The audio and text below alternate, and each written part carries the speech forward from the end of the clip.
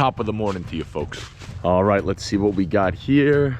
Da-da-da-da-da-da-da. Hey, the Drégely. That is what we are looking for. Let's head through the path to the Drégely. Drégely. Oh, the bourgeois. We have to be very careful out here, folks. Not only is there mud and grime and muck in every direction, but we're not in 2022. No, no, no. We are, let's see, 450 years earlier. 1552. 1552. Oh, Drégely. Careful now. Very careful. Now, I know it may look like it's the middle of November, but it's actually early July in 1552, and the forces of the famous Turkish commander Ali Pasha are swarming these hills. Early July 1552. Closely we walk, carefully we creep. The fog is so thick, or perhaps it could be gunsmoke. Did we miss the battle? I hope not. You know, I know there's a very brave commander commanding this fortress. They call him Sondergeorge. And actually, he was in the Battle of Mohács 26 years ago. One of the very few survivors. He's battled Turks a few times before. The guy knows what he's doing. You know what I always say, when you come to a fork in the road, go the other way. Oh, well, it's a bit dirty. Maybe Alexa can make me some gombash paprika later, once I get back to the future. Vadmachka, Kerlek. Wonderful, look at these beautiful oak trees. Triumphant. Oh, gorgeous. It's so strange that they have no leaves, or very few leaves. Of course, the oaks usually survive fall the longest, but we're not in fall. It's the middle of July, 1552. What's going on? Maybe it was a different climactic zone back then? I'll have to consult. Oh my God, we're in the shadow of the castle. Quiet, very, very quiet now.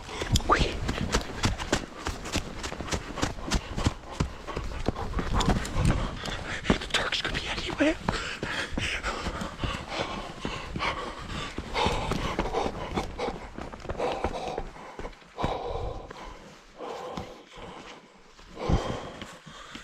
That's strange. Very strange. What's that? Over there? Oh, one second. What? A battle? 1553? What? Oh, for fuck. Alright, thanks. Köszönöm szépen. Yeah. Iszunk port együtt. Két jó barát. Persze. Oh. Alright. Well, a couple of things. First of all, I have to apologize. It looks like I made a mistake on my time machine. It's not 1552, it's November of 1553. So that's why there's no leaves on the trees. All right. Second of all, holy fucking shit. This is downright incredible. Anyway, I met a friendly fellow down there, and he told me he was a stable boy. He had one eye, he was in the battle. Somehow he escaped, everyone else died. And I'll tell you what happened as we walk around these beautiful, wonderful ruins. So as it turns out, the forces of Ali Pasha came in, and brave Captain Sondergeorge had only 146 or so men. And they said, Sondergeorge, you can't possibly hope to survive. Surrender now, and we'll give you safe passage north.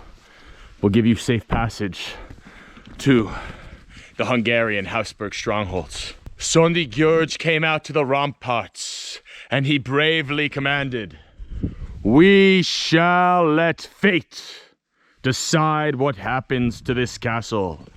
Spare the boys and attack if you dare. Ali Pasha, the Pasha of Buda, unleashed a furious charge A furious bombardment of cannons, artillery against these castle walls.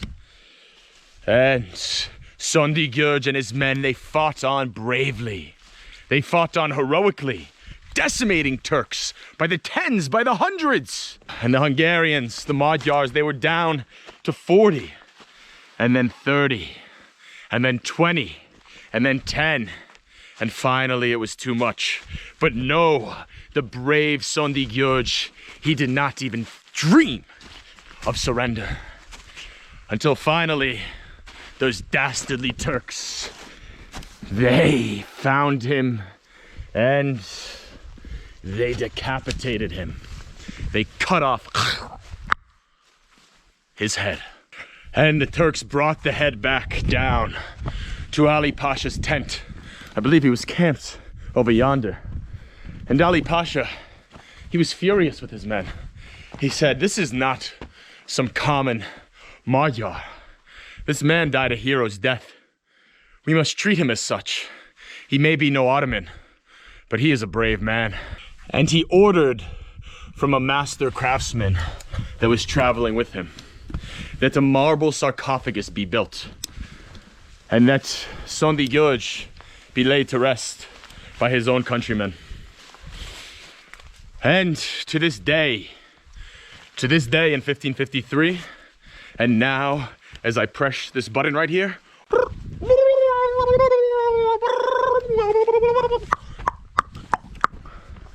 and head back to 2022, yeah, it's not such a sophisticated time machine.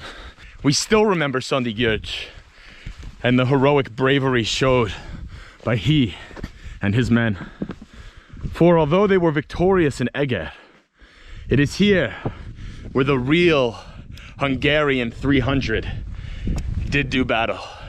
It is here that they resisted, and it is here that they ensured that the Magyar legends survive until this day at the Drégely. Whew, it's nice to be back in the present. I guess that stable boy, I'm sorry, I wanted to get a drink with you, but you've probably been dead for 450 years. Well, if you're still alive, anytime. Here we see it here, I guess now 470 years, 2002. And here is Sondigjörg. Wow. 1552, July 6th to the 9th, Aranyános. Felhőbe, hánatlott, a Drégely Róm, rá visszasüt a nap, adaz tussa napja. Sondigjörg várkapitán. This castle is marvelous. Oh, wow. What a treat. What an absolute treat. Let's not suffer the fates of Sondigjörg and perish beneath these walls. Look at this. The glistening glades of grass, the sun-baked stones, the cool, refreshing, slightly smoky mid-November morning amidst the Bergern, the Vadmachka prowling beneath these walls. And here we can hear the echoes of the past as they waft up through the sands and the grains and the gun-blasted bits of time. Yes, it all comes back. It all swirls together as the circle keeps on spinning and the gyre keeps on turning. All right, well, that's another castle done and dusted. We hunted that one good, baby. We hunted that one good. Abeg no havad, stu he sondira fut, ahut by nokon, elf somorut. A hegyre temette, a hűstetemet, staradat maga tüzele, sírja felet. Oh, nem jó. Nem jó. I just stepped in that puddle.